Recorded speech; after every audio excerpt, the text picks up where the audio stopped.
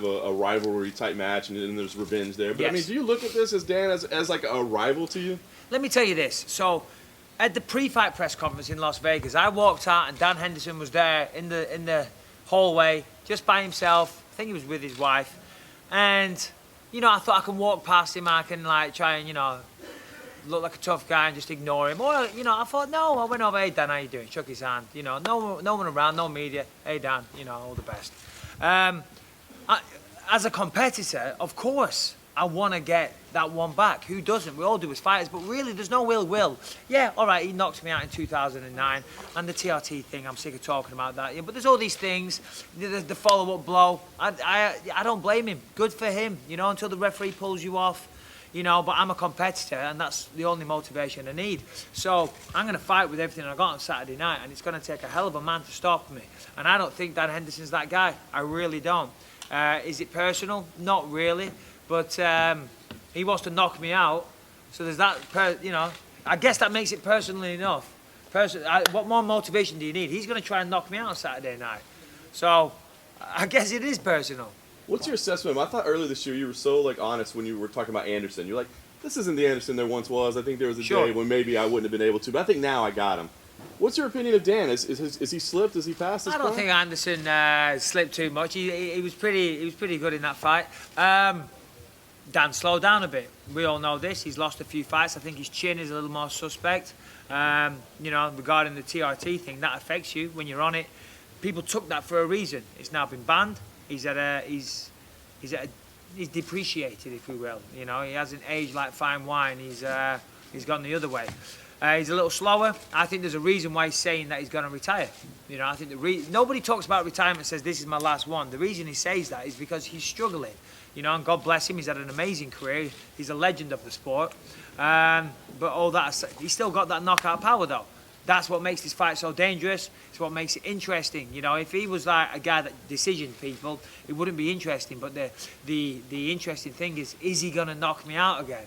That's what, you know, he says he's going to, but is he? I'm telling you right now, he's not. The shoe's going to be on the other foot, and Dan Henderson will be no more. Mike? Yes. How you doing? I'm good, Fiaz. How are you? Good man, good. Just how much of an impact has someone like the Gracie family had on the sport, on yourself personally?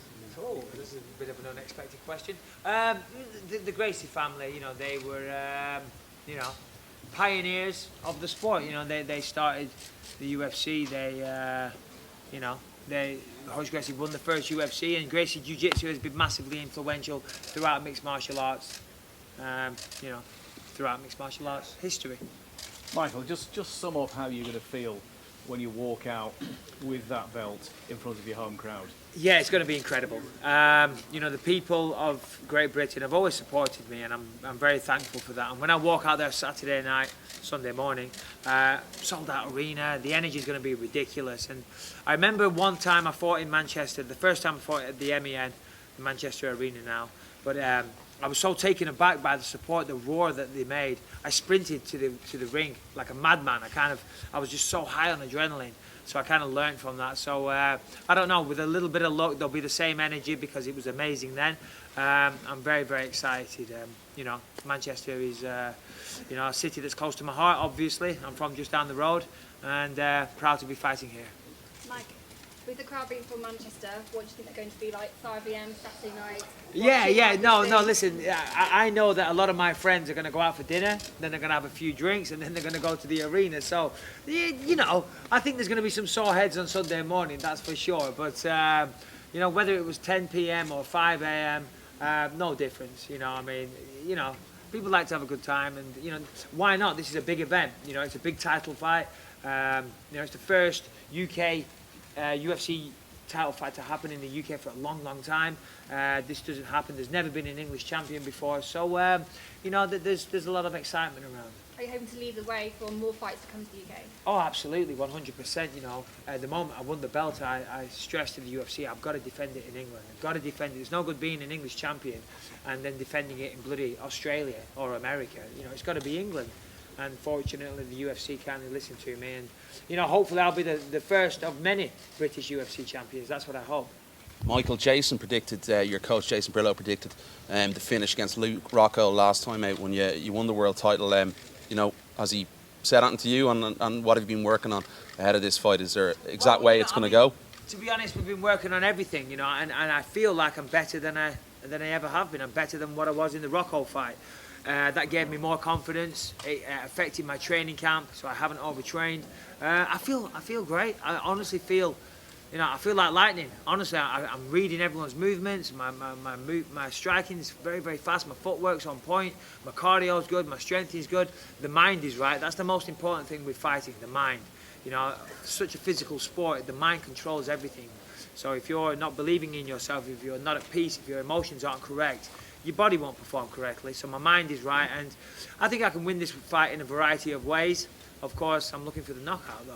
Michael, have you been having fun this week being here in UK and being the UK champion? Yeah, of course. You know, I mean, it's great. Anytime I come back to England, it's amazing. You know, certainly Manchester. It was nice to go back to my hometown, Clitheroe, just down the road, see my mum, see some old faces, hang out with my dad for a bit, you know, and just remind myself of, you know, how this all started and, you know, where I come from. Of course, the fight's happening at 5 a.m, so I've had to alter my sleeping pattern, so I haven't been out of bed long. So unfortunately, it's been a little weird. I haven't been able to go out and walk around Manchester through the daylight and enjoy the sunshine this week. I've been sleeping in and then sitting in a hotel room till 5 in the morning, watching movies and rubbish TV that they show in the twilight hours. Michael, you've been talking yesterday at the open workouts about future challenges, GSP and Romero and other middleweights. That's not a sign that you're looking past Hendo in any way, is it? Oh no, never. People ask me these questions, so I'll answer them. Just like now, you're asking the question, so I'll answer it. Never. Henderson's a dangerous guy. Henderson's capable of knocking me out with one punch. I'll tell you this now, for all the people complaining that he's not the rightful #1 contender, all the other #1 contenders are coming off losses, if you will. 2, 3, 4, 5. They're all coming off losses. One of them serving a suspension for steroids. So Henderson, he can do something that none of them can do. He can end it. He truly has that one-punch knockout power. We've seen it time and time again. So that makes him very, very dangerous. I would be a fool to look past Dan Henderson. Never in a million years. I've trained very, very hard. I've left no stone unturned. I'm in the best shape of my life. And listen, you know, for all the bravado that I have here, there's going to be nerves on the night. That guy's capable of knocking me out. Of course he is. I know that. I've suffered once. I was unconscious. It took me an hour just to figure out where I was and who I was. You know, I had to go to the hospital. You know, this is a dangerous fight, but I want that back. You know, I want to go at it again and, you know, set the record straight. So, no, never looking past anybody. Michael, Dan posted an image on Instagram from that fight, a silhouette picture of him landing on you. Sure. Is that any kind of extra motivation, a bit of a dig there? Yeah, a bit of a motivation. I mean, I guess every time I see that image that he has, for those that don't know, it's me knocked out and him knocking me out. He has it on his shorts, on his banners, it's his company logo, etc. Yeah, every time I see that, I think, I don't want to swear, but, you know, I think you bastard. You know, you managed it there. Yeah. Well, I had to. It's just the perfect way. It's in the dictionary. Yeah, I think you bastard. You know, so yeah, of course. But ultimately, that's about it. You know, I don't stress myself out over it. I don't sit up at night. I don't, you know, wake up in the middle of the night thinking about Dan Henderson and thinking about revenge and all these types of things. I just think about being a successful fighter and looking after my family. You know, all you guys here, you're all doing a job, and I'm trying to do a job, trying to take care of myself and trying to take care of my family, as I say. And Saturday against Dan Henderson, that's what this is all about. Jacare complained a lot when he didn't get this fight. Yeah, do you think he overreacted? Do you think he overreacted? Yeah, he overreacted. You know, I mean, how many fights has he won in a row right now? One. Before that, he just got beat, and he beat Vitor, which is, he'll be in here soon. We all know Vitor's washed up. He's almost as washed up as Dan Henderson. So, you know, tell Jacare to go win a fight. He's fighting Luke Rockhold, so why is he complaining about the fight? He's got an opponent. So to go back to this guy's question, don't look past Luke Rockhold. He's a tough guy. So, yeah. Michael, put your analyst hat on for a second. Yes. You've got a lot of great UK talent here over the weekend. Who are you looking forward to watching on replay after your fight? Oof, my word. Well, I know that my trainer trains Danny Hot Chocolate Roberts, and he says a lot of good things about him. Looking forward to seeing him fight. Of course, Jimmy Manuwa is always an explosive, exciting fighter, so it'd be nice to see him against OSP. That's a tough fight for him if he can get past OSP. There'll be some exciting fights for him down the line. And, you know, it's great. I think... oh, my mind's gone blank now. God, what's his name? He's a good friend of mine as well. never mind, I'll come back to it later. Lots of great UK talent now on the card, so it's great to see. You know, I mean, the sport of MMA just gets bigger and bigger all the time here in this country. It's a shame that it's taken so long to catch on, but as we can see, there's a lot of media here, and you know, people are interested for sure. Is it a feather in your cap that you're highlighting the celebration of UK MMA out there?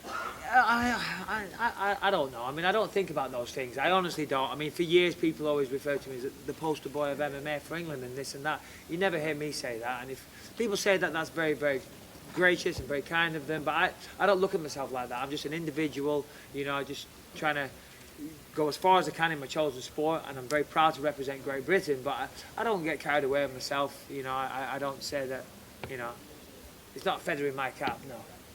Michael, you mentioned that GSP is trying to price himself out. Sure. How much do you think he is worth to the UFC? Is $10 million too much? I didn't say $10 million is too much, but GSP is a big draw.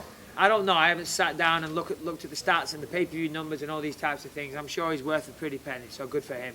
You know, everybody wants more money. All you people in here want a pay rise. I don't mind a pay rise either. I'll take more money. We all want more money. So I'm not thinking about GSP, to be honest. He threw my name out there. If he wants to do it, I'll do it. But it's probably never going to happen. But if he wants to, let's go. How do you feel about that now? You know, looking on, we've seen a lot of super fights happen in the last number of months, and you're a champion now. Is it about, you know, the big money fights, as you've mentioned there? How do you feel about the title sort of becoming a less, what would I say, less sort of for the fighters? You know, it's more about the super fights instead of the title. It's about the title. You ask any fighter in the UFC or any boxer or anybody like that or any sportsman that wants to win an Olympic gold medal. That's what this represents. That's the equivalent of winning Olympic gold in your chosen sport. Simple as that. And it's about the title. Listen, you know, super fights do happen because that's interesting. You know, Conor has dominated the 145 division. So he's taking some bigger fights. I'm fighting Dan Henderson because most of the other guys are coming off losses, and there's a story there. He's retiring. So yeah, no. I with the greatest of respect, I disagree with what you're saying there. Michael, as a fellow Prestonian, I hope I can get away with this. You mentioned going back to Lancashire. I know your second love is Preston North End. How closely do you keep up with what's happening at North End? Do you know what? To be honest, it's very